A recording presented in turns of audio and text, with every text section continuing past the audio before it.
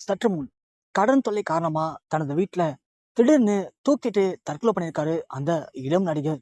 Tamil cinema திரைப்படங்கள் எல்லாருமே இந்த செய்தி கேட்டு பயங்கரமா கண் கலங்கிட்டாங்க.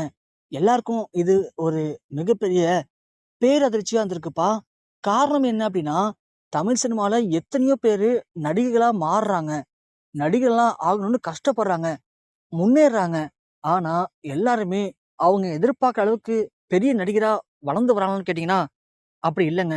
ஏன்னா நிறைய பேரு ஆரம்பத்துல கஷ்டப்பட்டு அந்த இடத்த பிடிச்சாலுமே போக போக ஒரு சில படங்கள் அவங்களுக்கு பயங்கரமான வெற்றியை ஏற்படுத்தி கொடுக்கும்போது அவங்க செய்யக்கூடிய தவறான பழக்க வழக்கம் அவங்களுடைய எதிர்காலத்தை டோட்டலா காலி பண்ணிடும். அதே மாதிரிதான் ஆரம்பத்துல சரியான பட வாய்ப்பு கிடைக்காம எப்படியாவது ஒரு நடிகரா வலம் வரணும் அப்படின்னு நிறைய படங்கள்ல சைடு கேரக்டர்ல பத்தோட ஒருத்தரா கூட்டத்துல நின்று தனது நடிப்பு திறமையால அதன் பிறகு ஹீரோவா மாறினவர் நடிகர் விமல் அவர்கள். இவரு குருவி, போக்கிரி, வில்லு, கில்லி படங்கள் எல்லாம் விஜய்க்கு பேக்ரவுண்ட்ல சின்ன சின்ன அடியாட்கள் மாதிரி இருந்திருப்பாரு.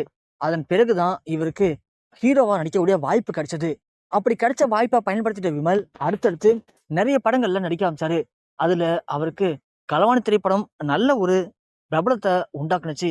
அந்த வெற்றியை தொடர்ந்து அவருக்கு நிறைய படங்கள் ஹிட் ஆனுச்சு. ஆனா விமல் போக போக அவரு சூஸ் பண்ண கதை எல்லாமே அந்த அளவுக்கு சரியா அமையல.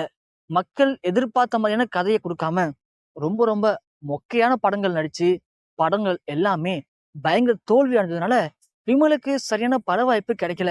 அந்த நேரத்துல விமல் என்ன பண்ணியிருக்காரு, தன்னுடைய நண்பர்கள் பேச்சை கேட்டுக்கிட்டு நானே ஒரு படம் நிறுவனத்தை தயாரிக்கிறேன், அதன் மூலியமா என்னோட படத்தை நானே தயாரிச்சுக்க போறேன்னு சொல்லி தான் சம்பாதிச்ச பணத்தை எல்லாம் கொண்டு போய் அதுல கொட்டி இவரும் படம் எடுக்க ஆரம்பிச்சாரு.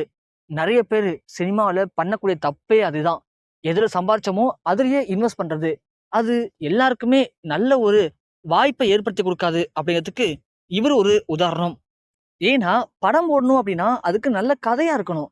அதை விட்டுட்டு விமல் தயாரிச்சாரு அப்படின்றதுக்காக படம் போடாது இல்லையா. இவரு எடுத்த சூஸ் பண்ண கதை எதுவுமே சரியில்லை. அதனால எல்லா படமும் பயங்கர ஃபிளாப். வரிசையா 4-5 படங்கள் தோல்வி அடைந்ததுல இவர் போட்ட முதலீடு எல்லாமே நஷ்டமாச்சு. அதோட இவரு நிறைய பேர்கிட்ட கடன் வாங்கி தான் இந்த படம் தயாரிச்சிருக்காரு. இதனால பயங்கர கடன்ல மூழ்கிட்டாரு விமல் அவர்கள். தான் வச்சிருந்த எல்லா சொத்தையும் வித்துட்டு கடனை அடைக்க ட்ரை பண்ணியிருக்காரு. அதுவும் முடியல. வீட்டுல இருந்த நகை, பணம், தனது வீடு வரைக்கும் எல்லாத்தையுமே வித்து கடனை ஒரு வழியா அடைச்சிருக்காரு விமல் அவர்கள். அதன் பிறகு விமல் டோட்டலா மனசுடைஞ்சு போயிட்டாரு. தனது நண்பர்கள் கூட சேர்ந்து அடுத்து என்ன பண்ணலாம்னு யோசிக்க ஆரம்பிச்ச விமலுக்கு கிடைச்ச ஒரே வாய்ப்பு குடிக்கிறது மட்டும்தான். சோ தனக்கு சரியான பட வாய்ப்பு அமையல, நான் வாழ்க்கையில தோத்து போயிட்டேன், அவ்வளவுதான், என்னால இனிமே எதுவுமே பண்ண முடியாது அப்படின்னு பயங்கரமா குடிச்சு குடிச்சு மது பழக்கத்துக்கு அடிமையாகி என்ன பண்றோம் ஏது பண்றோம்னு தெரியாம வீட்லயே தூக்கிட்டு தற்கொலை பண்ணிக்கிற அளவுக்கு இப்போ அவரு முயன்றிருக்காரு. கடைசி நேரத்துல அவங்களுடைய மனைவி பார்த்துட்டு பதறி போய் அவரை ஒரு வழியா கடைசி நேரத்துல காப்பாத்தி பக்கத்துல இருக்கிற மருத்துவமனையில அனுமதிச்சிருக்காங்க. அதன் பிறகு விமல்கிட்ட எல்லாருமே பயங்கரமா பேசியிருக்காங்க. கொஞ்சம் விட்டிருந்தாலும் விமலை காப்பாத்திருக்கே முடியாதுன்னு மருத்துவர்கள் கூறியிருக்காங்க. இப்படி தனது வாழ்க்கையில எவ்வளோ கஷ்டத்தை பார்த்து அதன் மூலயமா தனது உழைப்பால உயர்ந்து இன்னைக்கு இவ்வளவு பெரிய இடத்த பிடிச்சிருந்தாலுமே அவர் பண்ணக்கூடிய சின்ன சின்ன தவறுகள் அவருடைய வாழ்க்கைய டோட்டலா காலி பண்ணி இன்னைக்கு இப்படி ஒரு அபாய கட்டத்துல, அதுவும் உயிருக்கே ஆபத்தான நிலைமையில மருத்துவமனையில அனுமதிக்கப்பட்டிருக்காரு அப்படிங்கிற செய்தி அவருடைய ரசிகர்களுக்கும் தமிழ் சினிமா திரைப்படங்கள் மத்தியிலையும் மிகப்பெரிய ஒரு அதிர்ச்சியும் சோகத்தையும் இப்போ ஏற்படுத்தியிருக்கு.